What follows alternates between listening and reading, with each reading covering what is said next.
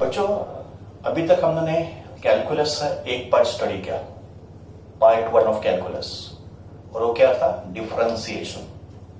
Differentiation को ही क्या बोलते हैं? डेरिवेटिव, है ना। डिफरेंशिएशन का ही दूसरा नाम क्या है? डेरिवेटिव। तो डिफरेंशिएशन क्या होता है, उसके डिफरेंट रूल्स क्या होते हैं, उसके हम लोगों ने कुछ एग्जाम्पल भी डिस्कस किए थे। Now let us start with the second part of calculus. और कैलकुलस का सेकंड पार्ट क्या है? इंटीग्रेशन। मैं एक बात को वापस रिपीट करो बच्चों, हम लोग जो कैलकुलस स्टडी कर रहे हैं, डिफरेंशिएशन हो या इंटीग्रेशन हो, वो सिर्फ physics point of view study कर रहे हैं। का मतलब फिजिक्स में जो कैलकुलस का हमको यूज करना है, बस उतना ही फॉर्मूला हम लोग स्टडी कर रहे हैं। बट कैलकुलस जो है वो तो ब्रांच ऑफ मैथमेटिक्स, तो मैथमेटिक्स में आपको डिफरेंशिएशन भी डिटेल में स्टडी करना है और इंटीग्रेशन भी डिटेल में स्टडी करना है।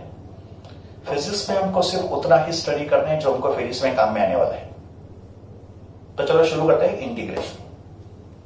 सबसे पहले अगर मुझे इंटीग्रेशन को एकदम सिंपल वर्ड्स में आपको एक्सप्लेन करना है कि व्हाट इज इंटीग्रेशन, तो बच्चों इंटीग्रेशन एक प्रोसेस होता है जो डेरिवेटिव या डिफरेंशिएशन का रिवर्स होता है। Exactly reverse, exactly opposite. तो we can say opposite of differentiation is integration, या reverse of differentiation is integration. तो process of integration is exactly reverse of differentiation, का मतलब डेरिवेटिव। और इंटीग्रेशन का सिंबल होगा ऐसे, एस। ये लेटर एस होगा, तो थोड़ा उसको स्ट्रेच करेंगे। इंटीग्रेशन का मतलब समेशन, इंटीग्रेट करना का मतलब कलेक्ट करना। तो समेशन जो होता है मैथमेटिक्स का समेशन, वो हम लोग परफॉर्म करेंगे विद इंटीग्रेशन। तो फिर समेशन और इंटीग्रेशन में क्या फर्क है? अगर इंटीग्रेशन ही समेशन है तो फिर हम लोग समेशन क्यों नहीं कर रहे? तो बच्चों समेशन जो होता है वो समेशन होता है फाइनाइट एलिमेंट्स के लिए, का मतलब फाइनाइट टर्म्स के लिए। तो अगर मुझे कुछ 10, 12 या फाइनाइट नंबर्स को ऐड करना होगा तो मैं समेशन यूज करूंगा। बट अगर मुझे लार्ज नंबर ऑफ टर्म्स को ऐड करना है तो फिर मुझे यूज करना पड़ेगा इंटीग्रेशन। तो integration is for large number of terms and summation is for finite number of terms. तो ये होगा मैथमेटिकल ऑपरेटर ऑफ इंटीग्रेशन, ये उसका सिंबल होगा। ओके, नाउ देखो कैसे डेरिवेटिव और इंटीग्रेशन रिवर्स है। तो d by d x of F of x का मतलब फंक्शन f है और ये फंक्शन x का फंक्शन है। तो अगर d by d x, what is d by d x? Derivative, है ना। इसको बोलेंगे differentiation with respect to x। तो d by d x of f x is f dash of x। इसका मतलब डिफरेंशिएशन ऑफ एफ एक्स अगर f dash of x है, differentiation of f of x is f dash of x. तो we can say integration of f dash of x dx is equal to fx. इसका मतलब अगर derivative of f of x f dash x है तो f dash x का integration fx होगा। I repeat, अगर derivative of f of x f dash x है तो f dash x का इंटीग्रेशन क्या होगा? fx। Exactly opposite. अभी इसको समझते हैं with help of example in physics. तो फिजिक्स का हम लोग एक एग्जाम्पल लेते हैं जिसमें अपने को ये रूल पता चलेगा। तो let x represent displacement, let v represent velocity and let a represent acceleration. अभी हमको मालूम है वेलोसिटी होता है rate of change of displacement with respect to time. But in the language of differentiation इसको क्या बोलेंगे? Velocity equals to differentiation of x with respect to t। यहां पे t क्या है? टाइम। तो we can say velocity is derivative of displacement with respect to time. तो फिर इसका अपोजिट क्या होगा? तो डिस्प्लेसमेंट x जो होगा इंटीग्रेशन ऑफ dx, जो होगा integration of velocity with respect to time. तो अगर वेलोसिटी है derivative of displacement with respect to time, तो डिस्प्लेसमेंट होगा derivative of velocity with respect to time. Exactly opposite. Acceleration is dv by dt। इसका मतलब acceleration क्या होता है? Rate of change of velocity with respect to time. But in the language of differentiation इसको क्या बोलेंगे? Acceleration is derivative of velocity with respect to time. अब इसका रिवर्स करो तो I can say velocity is integration of d v, that is integration of a d. इसको मैंने यहां पे ट्रांसफर किया, डी को यहां पे ट्रांसफर किया। तो velocity is integration of acceleration with respect to time and acceleration is derivative of velocity with respect to time. तो अगर आपको एग्जांपल समझ में आ गए तो आपको पता चलेगा कि डेरिवेटिव और इंटीग्रेशन दोनों क्या होता है? एग्जैक्टली अपोजिट फिनोमेना होता है। तो डिस्प्लेसमेंट, वेलोसिटी और एक्सेलरेशन। अगर मैंने डिस्प्लेसमेंट का डेरिवेटिव लिया, डेरिवेटिव का मतलब क्या होता है? Differentiation. Derivative is also called differentiation. तो डिस्प्लेसमेंट का डेरिवेटिव होता है वेलोसिटी, वेलोसिटी का डेरिवेटिव होता है एक्सेलरेशन। अभी रिवर्स जाएंगे तो क्या होगा? एक्सेलरेशन का इंटीग्रेशन क्या होगा? वेलोसिटी, और वेलोसिटी का इंटीग्रेशन क्या होगा? डिस्प्लेसमेंट। Exactly opposite. तो आप यहां पे ऑब्जर्व करो, differentiation and integration are exactly reverse process of each other. तो ये तो हो गया बेसिक इंट्रोडक्शन ऑफ इंटीग्रेशन। अब हमको इंटीग्रेशन के कुछ बेसिक फॉर्मूले स्टडी करते हैं। Let us discuss some fundamental फॉर्मूले ऑफ इंटीग्रेशन। सबसे पहला फॉर्मूला, और ये सबसे पहला जो फॉर्मूला है यही फिजिक्स में सबसे ज्यादा यूज होने वाला है। So the most frequently use formula in physics is the first formula. Integration of x raise to n d x. Integration of x raise to n dx का मतलब integration x raise to n का हो रहा है with respect to d x. Integration x raise to n का हो रहा है विथ रिस्पेक्ट टू डीएक्स। तो इसका फॉर्मूला होता है x raise to n plus one upon n plus one. X raise to n plus one upon n plus one का मतलब ये जो पावर है उसमें प्लस वन कर दो और सेम पावर को लिखो डिनोमिनेटर में। तो x raise to n dx का integration x raise to n plus one upon n plus one का मतलब पावर में plus one and same power in the denominator. But इस रूल में जो n होगा इट में भी पॉजिटिव इंटीजर और नेगेटिव इंटीजर। ये जो n पावर है, ये जो n है, ये पॉजिटिव नंबर भी हो सकता है, नेगेटिव नंबर भी हो सकता है, but x can not be -1। इसमें जो n होगा ये n -1 नहीं हो सकता। It can be any number except -1। अगर n -1 होगा तो उसके लिए रूल अलग है, वो हम लोग बाद में स्टडी करेंगे। तो पहले जब आप ये फॉर्मूला अप्लाई करोगे तभी n जो है वो -1 नहीं हो सकता, it can be any number. चलो इसका कुछ एग्जांपल डिस्कस करते हैं। Example 1, integration of x raise to 2 dx का मतलब integration of x square dx। तो यहां पे n कितना है देखो, यहां पे पावर कितना है 2। रूल क्या बोल रहा है? x raise to n plus one upon n plus one का मतलब पावर में +1 and same power in the denominator. तो यहां पे भी पावर में +1 करेंगे और same power in the denominator and 2 + 1 is 3। तो आंसर क्या होगा? x³/3। तो x स्क्वायर dx का इंटीग्रेशन होगा x³/3। जिन बच्चों को यह रूल समझ गया है ये बच्चे इसका कैलकुलेशन फास्ट करेंगे। मैंने क्या बोला? पावर में +1 and same power in the denominator का मतलब 2 + 1 3। तो this is x³/3। Next, integration of √x dx का मतलब इंटीग्रेशन किसका करना है? √x का विथ रिस्पेक्ट टू dx करना है। सबसे पहले इसको हम लोग ये फॉर्म में लाएंगे बिकॉज अभी तो पावर है नहीं। तो √x को क्या लिखेंगे? x raise to half, because square root का मतलब रेज टू हाफ। तो this is integration of x raise to half dx because root का मतलब रेज टू हाफ।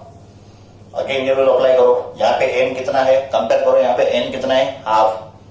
तो n + 1 कितना होगा? Half + 1 and same power in the denominator that is half + 1। Half + 1 is 3/2। तो this is x raise to 3/2 upon 3/2। 3/2 का 2 will go in the numerator। तो this is 2 x raise to 3/2/3। ये होगा इसका integration. Next example है integration of x raise to -3 dx। यहाँ पे n देखो नेगेटिव आ गया बट रूल तो वही होगा। तो x raise to minus 3 dx का इंटीग्रेशन होगा x raise to minus 3 plus 1 upon minus 3 plus 1। क्या क्या हमने पावर में प्लस 1 किया और सेम पावर को लिखा इन द डिनोमिनेटर, तो ये बन गया x raise to minus 2 upon minus 2। तो ये कुछ एग्जाम्पल इस रूल के। Okay, formula number 2, integration of x raise to minus 1 dx का मतलब अगर n यहां पे माइनस होगा तो क्या करेंगे?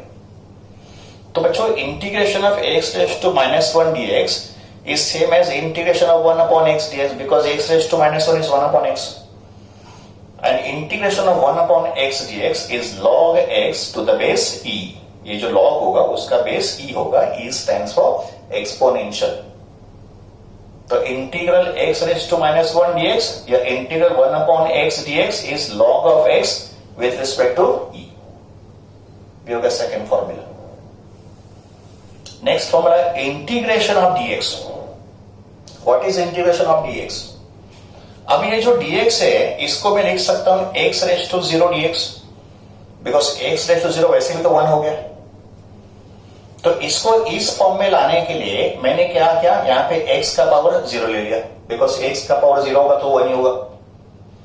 तो integration of dx is same as integration of x raise to 0 dx।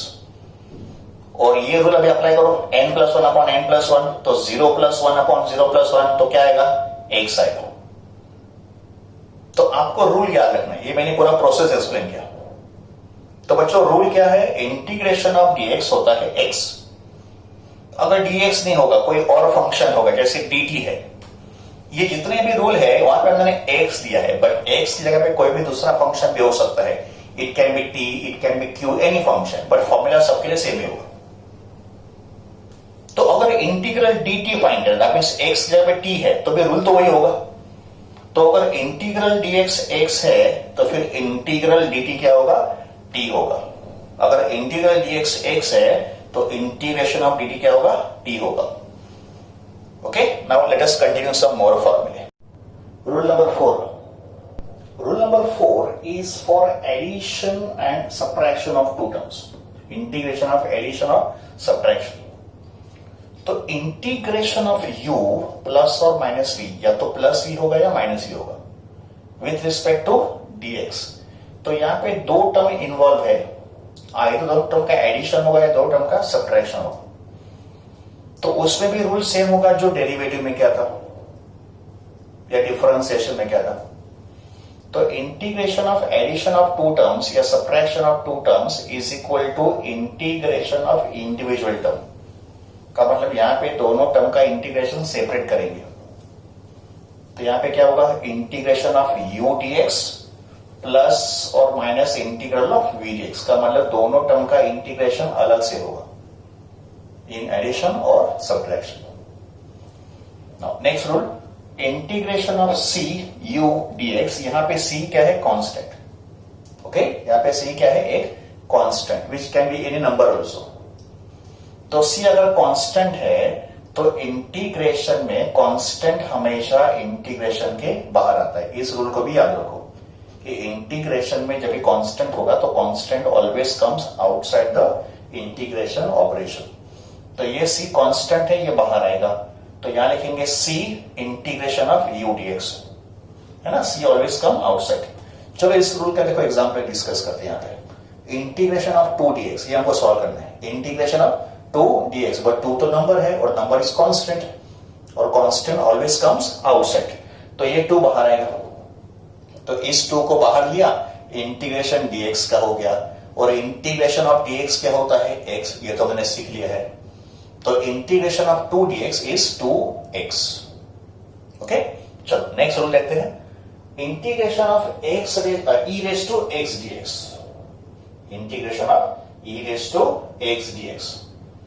तो integration of e raise to x dx is e raise to x, no change, same रहता है, नो चेंज।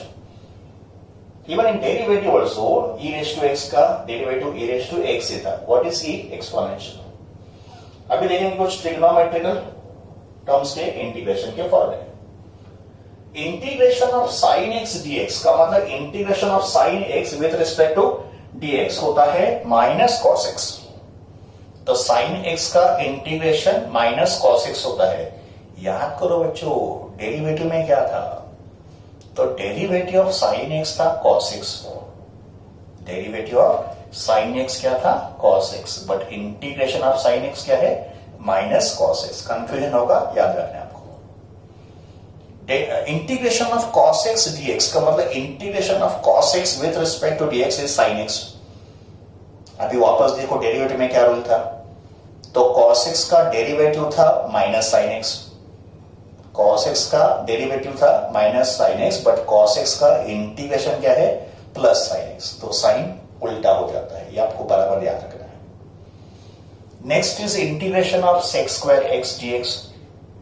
तो सेक स्क्वायर एक्स डीएक्स का integration होगा tan x, और derivative में क्या हमने स्टडी किया? tan x का डेरिवेटिव सेक स्क्वायर x।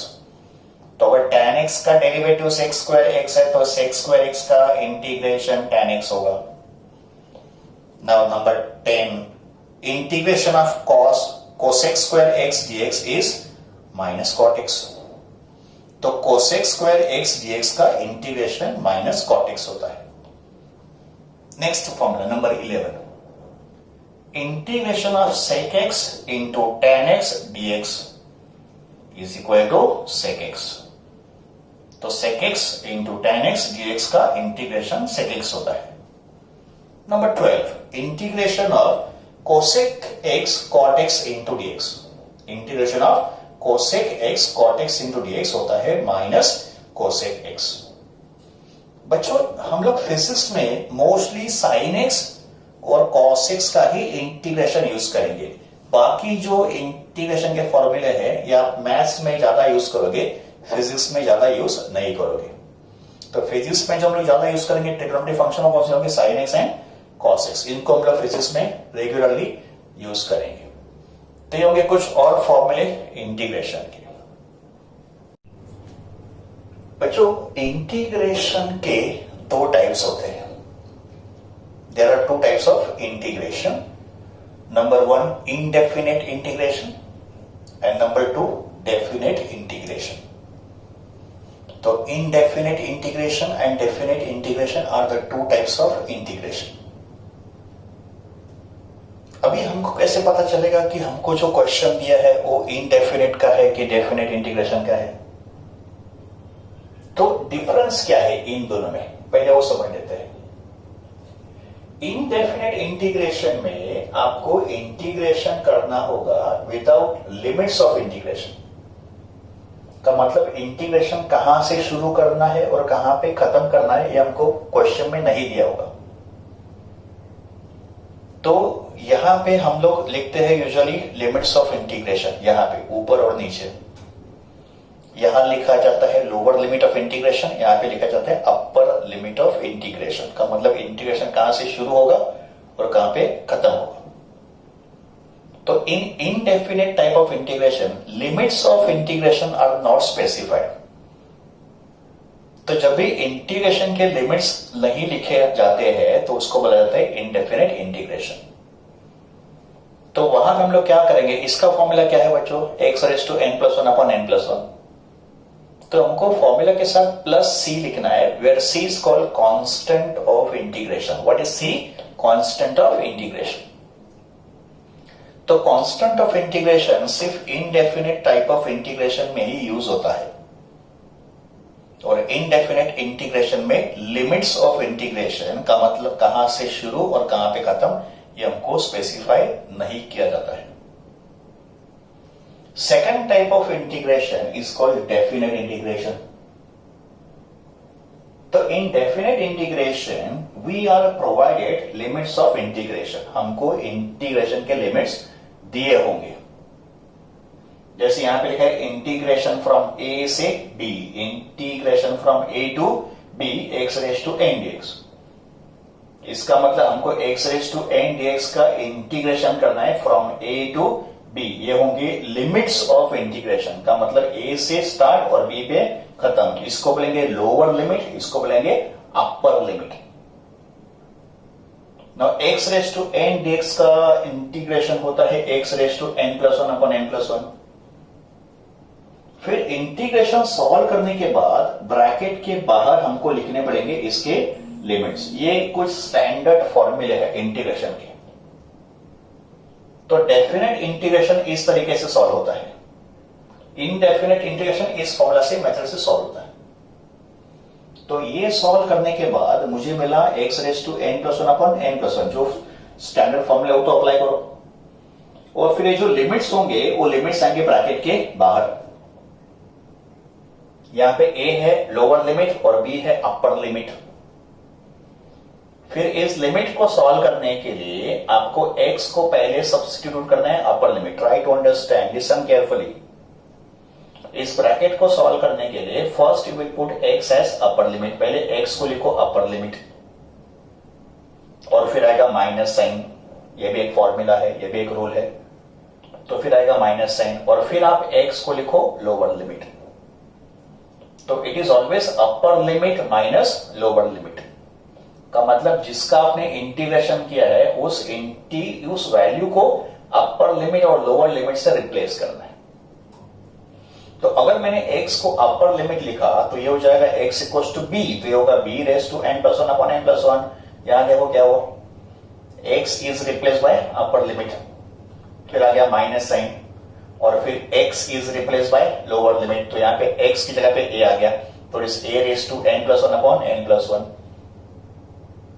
तो डेफिनेट टाइप ऑफ इंटीग्रेशन इस मेथड से सॉल्व होता है।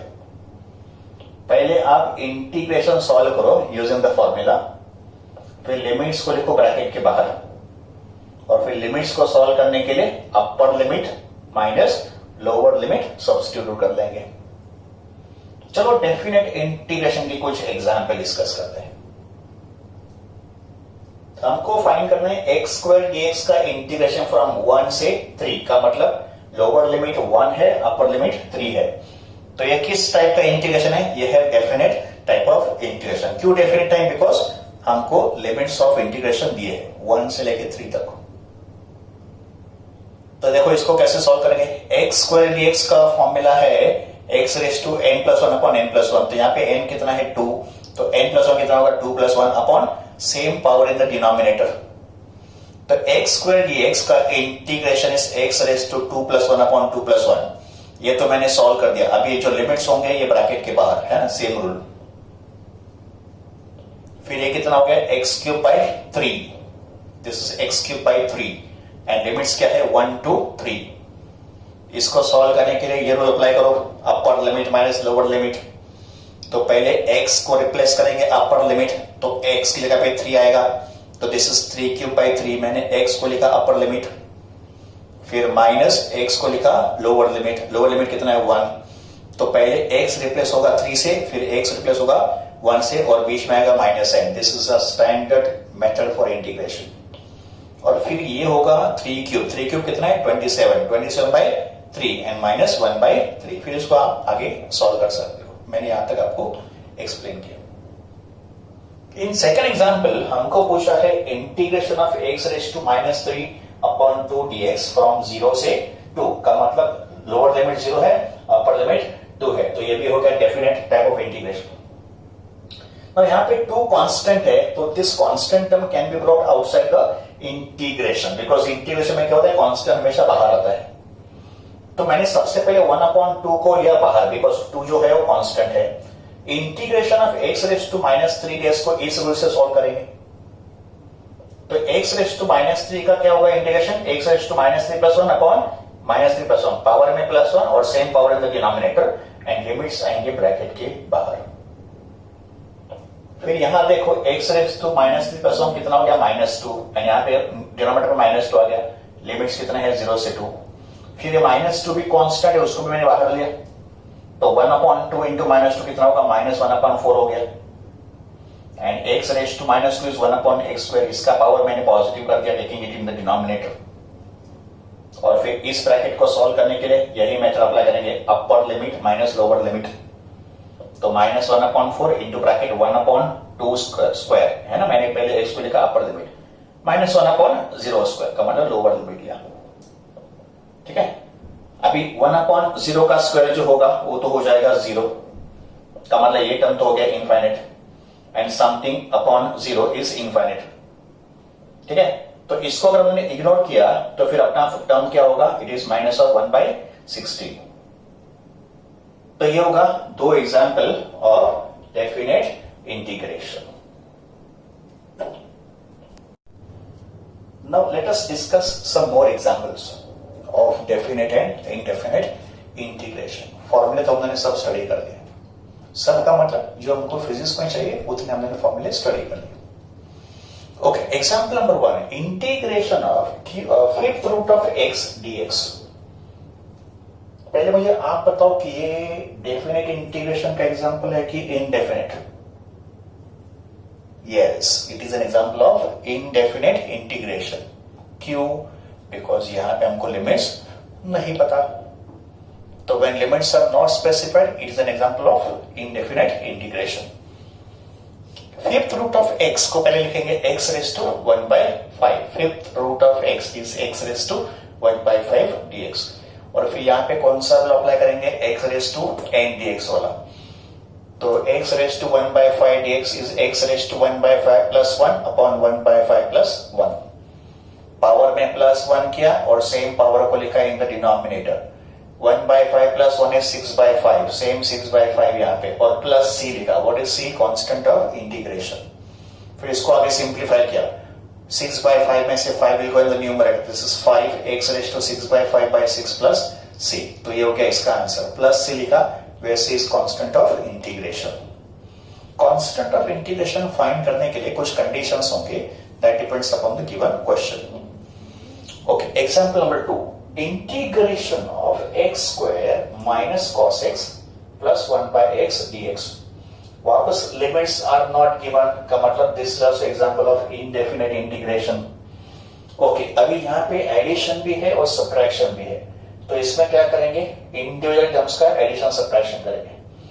तो this is integration of x square dx। पहले सिर्फ x स्क्वायर का इंटीग्रेशन होगा, फिर आएगा minus integration of cos x dx, फिर होगा इसका integration, and plus integration of 1/x dx। तो we do integration of individual terms. x square dx का इंटीग्रेशन होगा x³ 3 using the formula x raise to n plus 1/n+1। तो power में plus 1 किया और सेम पावर को लिखा in the denominator.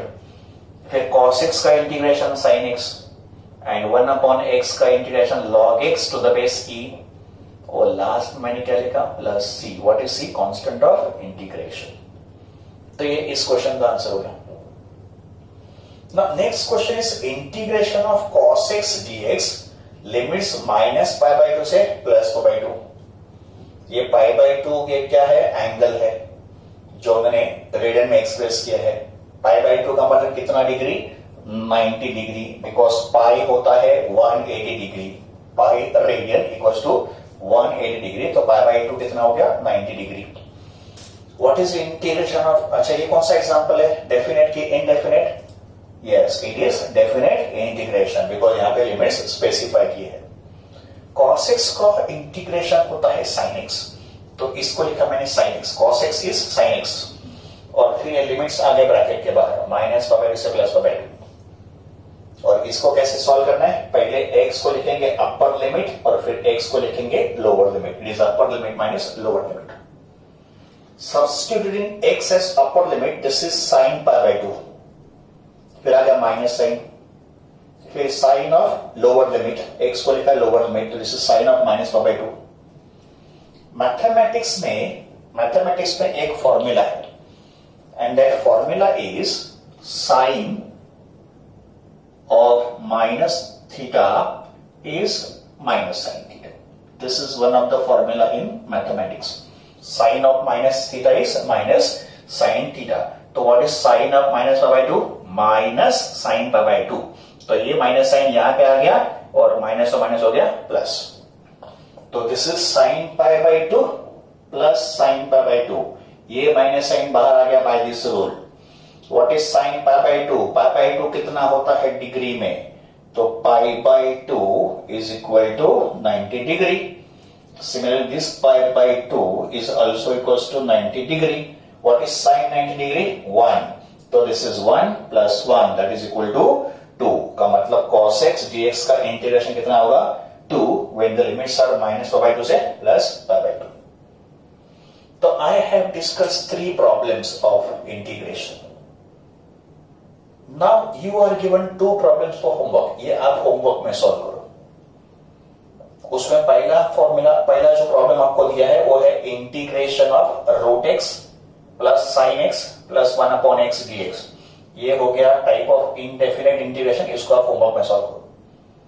And दूसरा जो क्वेश्चन है वो है integration of sine x dx and limits आपको दिए है 0 से लेके पाई बाई 2. तो लोअर लिमिट 0 है, अपर लिमिट पाई बाई 2 है. का मतलब पहला जो प्रॉब्लम जो मैंने आपको दिया है वो इनडेफिनेट इंटीग्रेशन का है और दूसरा जो प्रॉब्लम है वो डेफिनेट इंटीग्रेशन है. तो try to solve this question eight